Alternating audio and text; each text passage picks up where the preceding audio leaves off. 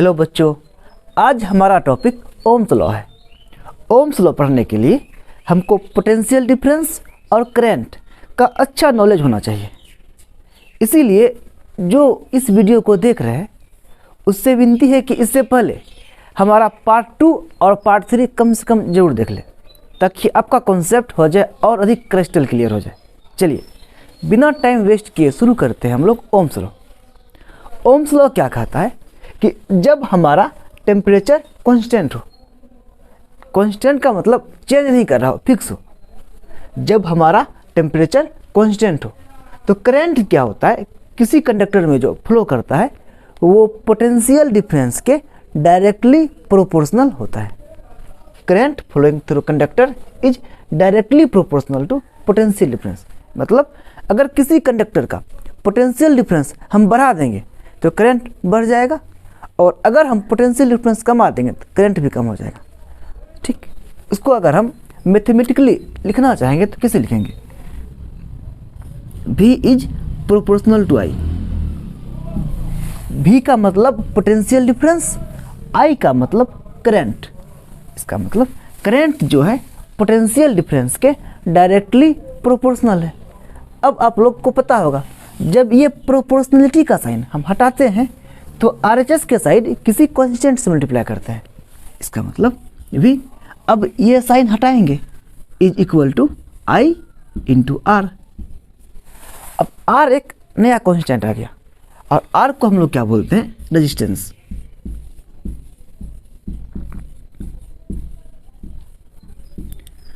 R को हम लोग क्या बोलेंगे? रेजिस्टेंस बोलेंगे। अगर यहाँ से रेजिस्टेंस के बारे में बात करना चाहें तो R बराबर क्या हो जाएगा? V upon I। रेजिस्टेंस का फॉर्मूला V अपॉन I होता है, लेकिन रेजिस्टेंस ना पोटेंशियल डिफरेंस पे डिपेंड करता है ना करंट पे। Resistance is independent of potential difference and current. Resistance के बारे में पहला पॉइंट क्या रखेंगे? It is a constant. Constant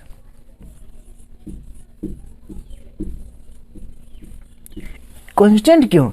ये प्रोपोर्शनलिटी का साइन जब हम हटा के इक्वल टू का साइन दिए तुरंत कांस्टेंट से मल्टीप्लाई किए, तो रेजिस्टेंस से कांस्टेंट है और V और I पे डिपेंड नहीं करता है।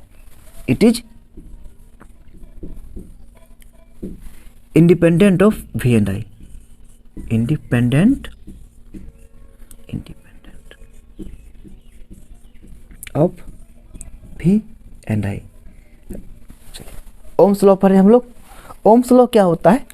जब हमारा टेम्परेचर कांस्टेंट होगा तो करंट पोटेंशियल डिफरेंस के डायरेक्टली प्रोपोर्शनल होता है। हम उसको मैथमेटिकली लिखना चाहें, potential difference proportional to current. अब ये साइन हटा दिए, इसके जगह कांस्टेंट आया, उस कांस्टेंट का नाम क्या है? रेजिस्टेंस नाम है। तो यहाँ से I को हम इधर शिफ्ट कर दिए तो R बराबर क्या हो गया? V button I। तो रेजिस्टेंस एक कांस्टेंट है और जो V और I से पे डिपेंड नहीं करता है। ठीक, चलिए पहले हम ओम्स लॉ का ग्राफ देखेंगे, उसके बाद हम लोग पढ़ेंगे कि रेजिस्टेंस क्या होता है, ये कांस्टेंट जो आया इसका मीनिंग क्या होता है, डिटेल से पढ़ेंगे टॉपिक। चलिए अब हम लोग ओम्स लॉ के ग्राफ के बारे में बात करते हैं। देखिए ओम्स लॉ का इक्वेशन क्या आया था हम लोग का? V is equal to I into R। देखिए अगर कोई graph y is equal to mx के फॉर्मेट का रहेगा तो y is equal to mx, तो इसका ग्राफ क्या होगा? Straight line passing through origin. Graph क्या होगा? Straight line passing through origin. अब हम लोग को V वर्सेस I का ग्राफ ड्रॉ करना है। हम लोगों को V वर्सेस I का ग्राफ ड्रॉ करना है। हम लोग कंपेयर कर लेते हैं। V बराबर ऐसे लिखते हैं, R को पहले लिख देते हैं, I को यहाँ लिखते हैं। अब देखिए Y के जगह पर मेरा क्या है? V है ना। M के बदले क्या आ गया? R आ गया, और X के बदले क्या आ गया? I आ गया। हमको V वर्सेस I का ग्राफ ड्रॉ करना है। हम लोगों को भी वर्सेस आई का ग्राफ ड्रॉ करना है। देखिए, सोचिए, ये जो वर्टिकल लाइन है ये वाई एक्सिस है, और वाई के जगह पे क्या आ गया मेरा, वी ना। हम लोग वाई के जगह पे क्या करेंगे, वी पुट कर देंगे। ये हॉरिजॉन्टल लाइन एक्स एक्सिस है, एक्स के जगह पर क्या आ गया, आई। हम लोग यहाँ पे एक्स के जगह पर आई पुट कर देंगे। हो गया भी वर्सेस आई का ग्राफ। अब कैसा ग्राफ होता है, straight line passing through origin. अगर कोई इक्वेशन y बराबर mx के फॉर्मेट का होगा, फिर से अगर कोई इक्वेशन y बराबर mx के फॉर्मेट का होगा, जो भी बराबर आई आर आया, तो उसका graph straight line passing through origin ही होगा। तो ओरिजिन ये हो गया, यहाँ स्ट्रेट लाइन पास करेंगे, यही हो गया मेरा ग्राफ। और इस ग्राफ का जो स्लोप होगा, ये slope, slope will give value of resistance. Slope of V versus I graph give value of resistance. V versus I के ग्राफ का जो स्लोप होगा वो क्या देगा, वैल्यू ऑफ रेजिस्टेंस देगा। सिंपल है। आगे देख, एक क्वेश्चन सबको दिखाते हैं करके, तब आपका कॉन्सेप्ट और अच्छा हो जाएगा। सपोज कीजिए 3 इक्वेशन ग्राफ आया ओम्स लॉ का। एक बार ऐसा ग्राफ आया, इसको 1 बोल देते हैं। एक बार ऐसा ग्राफ आया, इसको 2 बोल देते हैं। एक बार ऐसा ग्राफ आया, इसको हम 3 बोल देते हैं। आपसे क्वेश्चन क्या पूछा कि 3 ग्राफ में से किस स्लोप का, किसका रेजिस्टेंस ज़्यादा होगा, ये तीनों में से किसका रेजिस्टेंस ज़्यादा होगा। हमको क्या पता था कि जिसका एंगल ज़्यादा होगा उसका स्लोप ज़्यादा होगा, और जिसका स्लोप ज़्यादा होगा उसका रेजिस्टेंस ज़्यादा होगा। सिंपल है। जब larger the angle larger will be the slope, और इसी स्लोप को हम लोग क्या बोलते हैं, रेजिस्टेंस बोलते हैं। ठीक, तो इसका एंगल बड़ा, 1 का एंगल सबसे छोटा है, तो स्लोप भी सबसे छोटा होगा, और स्लोप छोटा होगा तो रेजिस्टेंस भी छोटा होगा। 2 का एंगल देखिए, 1 से बड़ा है लेकिन 3 से छोटा है, तो इसका स्लोप भी 1 से बड़ा होगा और 3 से छोटा होगा, तो रेजिस्टेंस भी क्या होगा, 1 से ज़्यादा तो 3 से कम। और 3 का एंगल देखिए, 3 का स्लोप क्या है, सबसे ज़्यादा है, तो रेजिस्टेंस भी सबसे ज़्यादा होगा। तो हम लोग लिख सकते हैं क्या, R3 सबसे अधिक होगा, उसके बाद R2 का होगा, फिर R1 का होगा। हम लोगों को याद क्या रखना है, जिसका एंगल जितना ज़्यादा उसका स्लोप उतना ज़्यादा। जितना ज़्यादा स्लोप, स्लोप को ही हम लोग रेजिस्टेंस बोलेंगे, तो रेजिस्टेंस उतना ज़्यादा होगा। और एंगल निकालने वक्त हमको ध्यान रखना है, एंगल हम लोग क्या लेंगे, एक्स एक्सिस से लेंगे। एंगल का मेजरमेंट हम लोग एक्स एक्सिस से करेंगे, ऊपर से नहीं करेंगे। चलिए एक क्वेश्चन और देखते हैं। सपोज कीजिए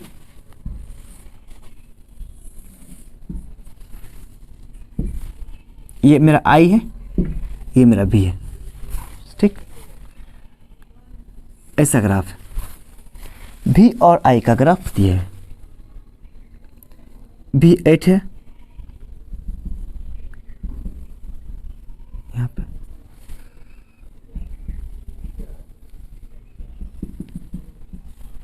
16 है, यहाँ पे दे दिया 8। अब आप लोगों से क्या पूछा, फाइंड रेजिस्टेंस। Find resistance.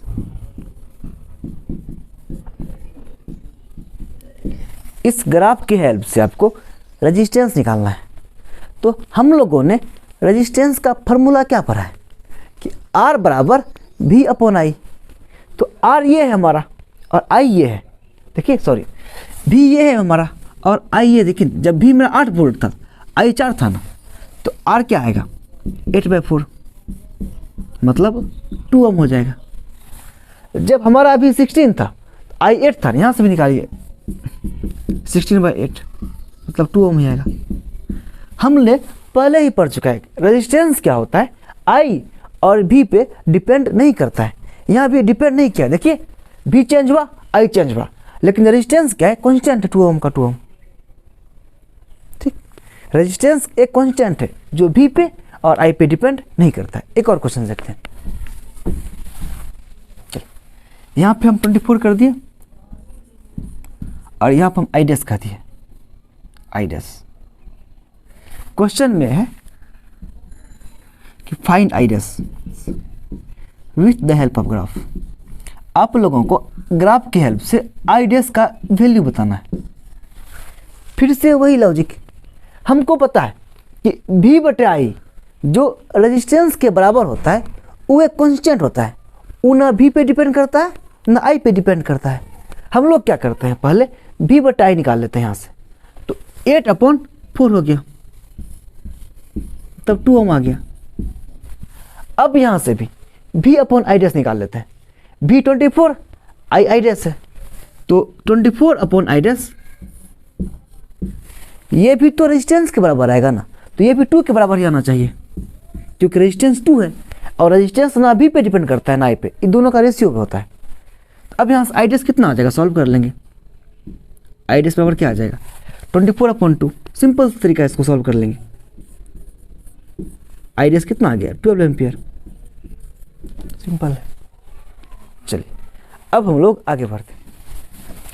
हम लोगों ने ओम्स लॉ के लिए जो कांस्टेंट लगाया था, उस कांस्टेंट को हमने क्या कहा था, रेजिस्टेंस। तो क्वेश्चन ये आएगा, रेजिस्टेंस क्या होता है। जब रेजिस्टेंस पोटेंशियल डिफरेंस और करंट पे डिपेंड नहीं करता है तो ये किस बात पे डिपेंड करता होगा। चलिए, तो पहला क्वेश्चन तो यही आएगा, व्हाट इज रेजिस्टेंस, इसका एसआई यूनिट क्या होता है, स्केलर क्वांटिटी है या वेक्टर क्वांटिटी है, यही सब चीज सीखते हैं।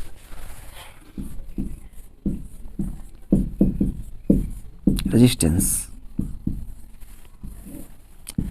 जब आप लोग डिक्शनरी देखिएगा तो रेजिस्टेंस का साइनोनिम्स में क्या होगा, हिंड्रेंस रहेगा। और हिंड्रेंस का मतलब क्या होता है, बाधा बनना। तो रेजिस्टेंस भी क्या करता होगा, ऑब्स्टेकल पैदा करता होगा, मतलब बाधा बनता होगा। और हम लोग इलेक्ट्रिक करंट पढ़ रहे हैं तो ऑब्वियस सी बात है करंट में बाधा बनता होगा। तो क्या बोलेंगे, रेजिस्टेंस किसी मटेरियल का वैसा प्रॉपर्टी होता है जिसके वजह से ये करंट के फ्लो को अपोज करता है। रेजिस्टेंस किसी मटेरियल का वैसा प्रॉपर्टी होता है जिसके वजह से करंट के फ्लो को अपोज करता है। मतलब अगर रेजिस्टेंस बहुत ज़्यादा होगा तो करंट का फ्लो कम हो जाएगा, अगर रेजिस्टेंस बहुत कम है तो करंट का फ्लो ज़्यादा होगा। ठीक, अब सोचिए, हम लोगों ने पढ़ा होगा क्लास 8 में 7 में कि कंडक्टर और इंसुलेटर। कंडक्टर क्या होता है, वैसा मटेरियल जो करंट को आसानी से फ्लो होने देता है। इसका मतलब क्या होगा कि कंडक्टर का रेजिस्टेंस कम होगा तो ना करंट को फ्लो कर रहा है। रेजिस्टेंस मतलब बाधा, तो कंडक्टर में क्या होता होगा, करंट के फ्लो में ऑब्स्टेकल या बाधा कम आता होगा तो करंट आसानी से फ्लो कर रहा है। इंसुलेटर में क्या होगा, सोचिए, करंट फ्लो नहीं कर पाता है, इसका मतलब ऑब्स्टेकल ज़्यादा होगा।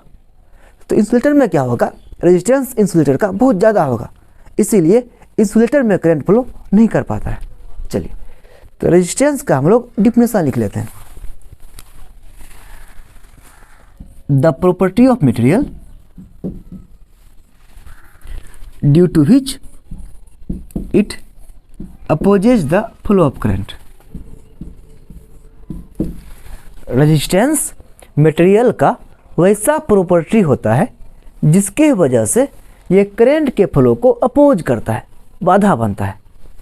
इसका मतलब कंडक्टर जो करंट को आसानी से फ्लो करने देता है उसका रेजिस्टेंस कम होता होगा, और इंसुलेटर जिसमें करंट फ्लो नहीं कर पाता है उसका रेजिस्टेंस ज़्यादा होता होगा। रेजिस्टेंस एक स्केलर क्वांटिटी है।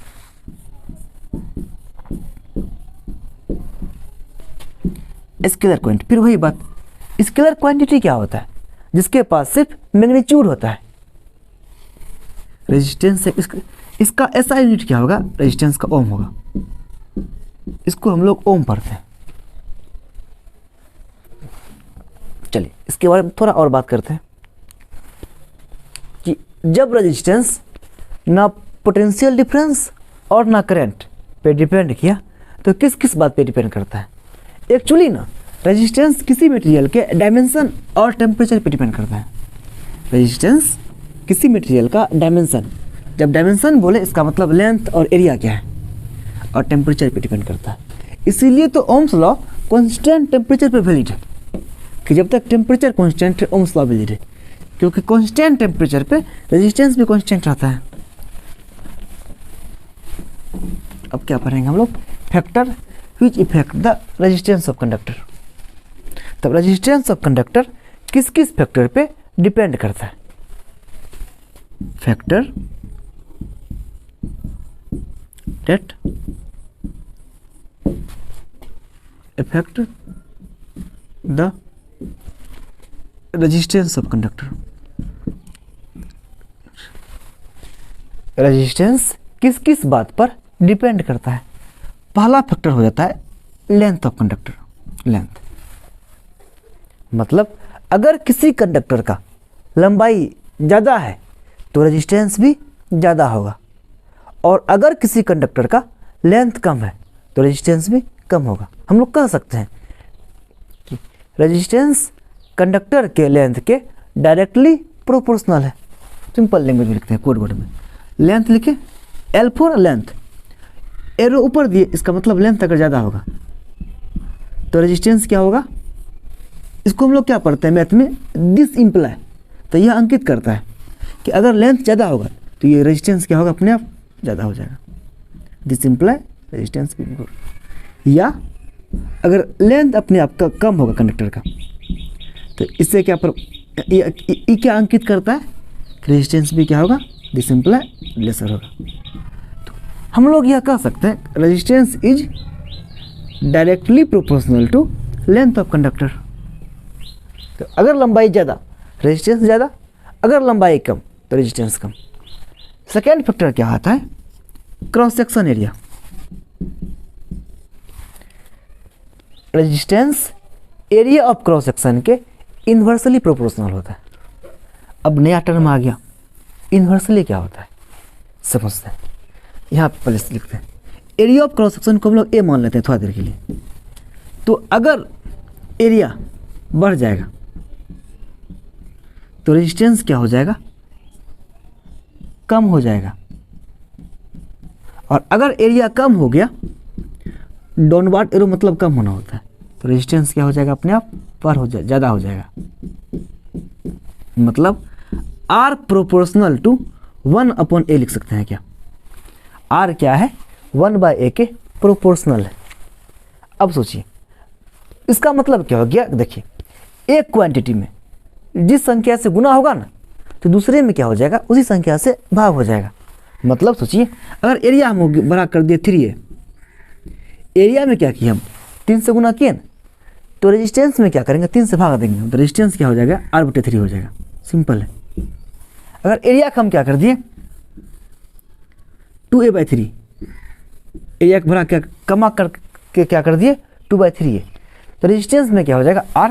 इसका उल्टा 3 से एरिया हम भाग दिए हैं, तो गुना होगा रेजिस्टेंस में 3R/2 हो जाएगा। तो एक क्वांटिटी जिस रेशियो से बढ़ेगा दूसरा क्वांटिटी उसी मल्टीपल से कम होगा। इसको हम लोग क्या बोलते हैं, इन्वर्सली प्रोपोर्शनल बोलते हैं। चलिए आगे बढ़ते हैं हम लोग। और रेजिस्टेंस किस फैक्टर पे डिपेंड करता है, पहला लेंथ और एरिया, तीसरा क्या होता है टेम्परेचर। तीसरा क्या होता है टेम्परेचर।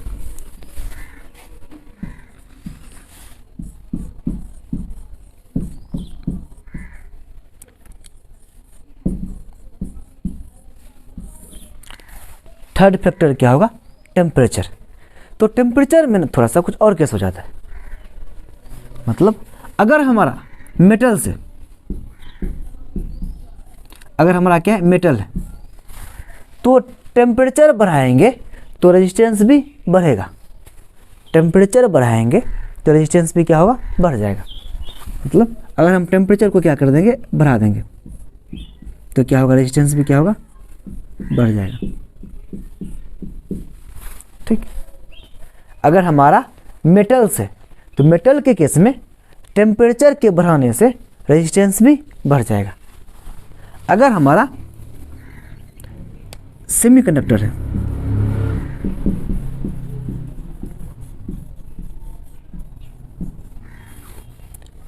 सेमीकंडक्टर में क्या होगा, अगर हम टेम्परेचर बढ़ाएंगे तो रेजिस्टेंस क्या होगा, कम हो जाएगा।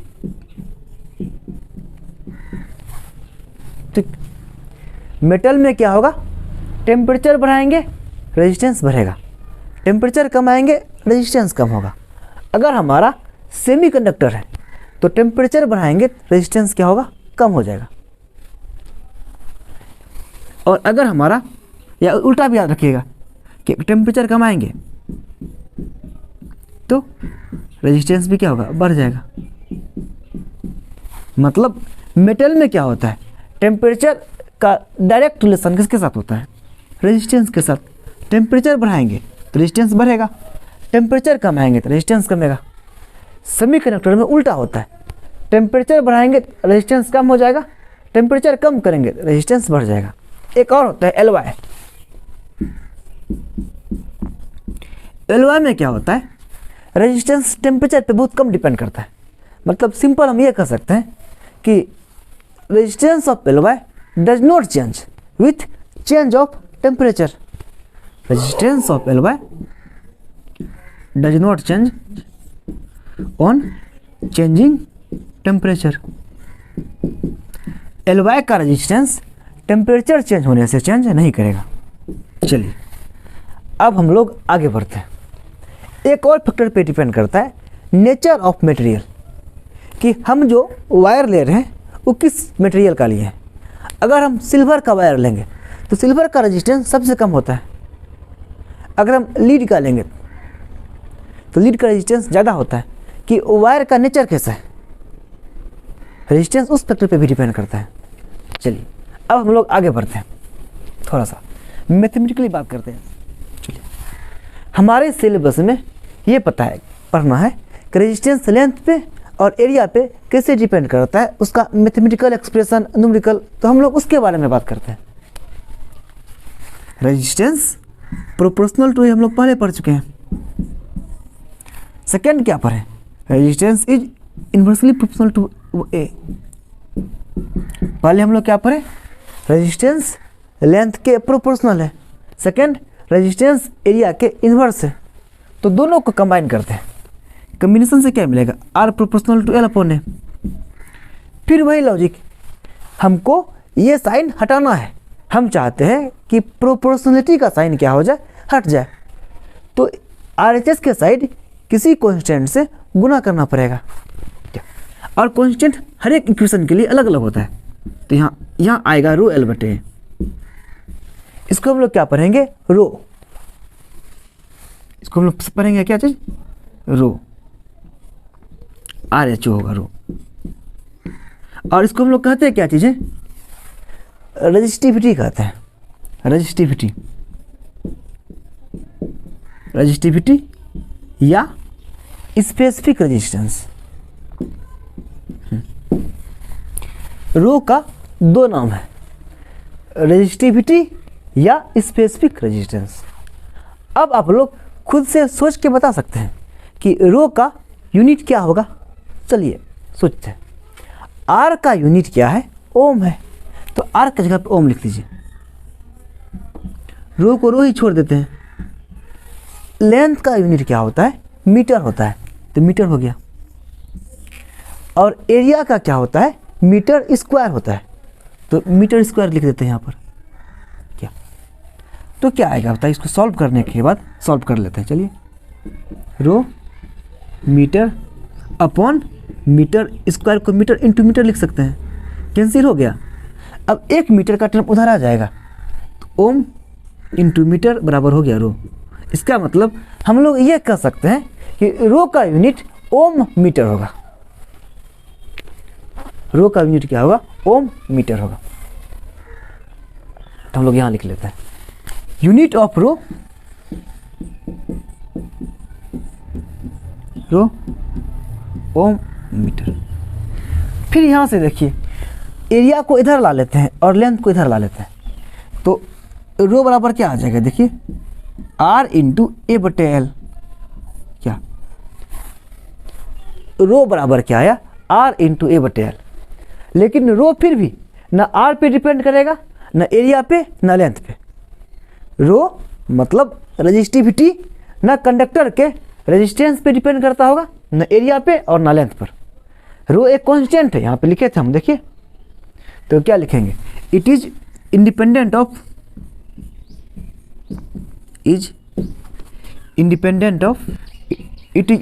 Of area and length of conductor. जब फिर रो एरिया और लेंथ पे डिपेंड नहीं करता है तो किस पे डिपेंड करता होगा, टेम्परेचर पर और नेचर ऑफ मटेरियल पर। Rho depend upon temperature and nature of material, इसको भी लिख लेते हैं। Rho depend upon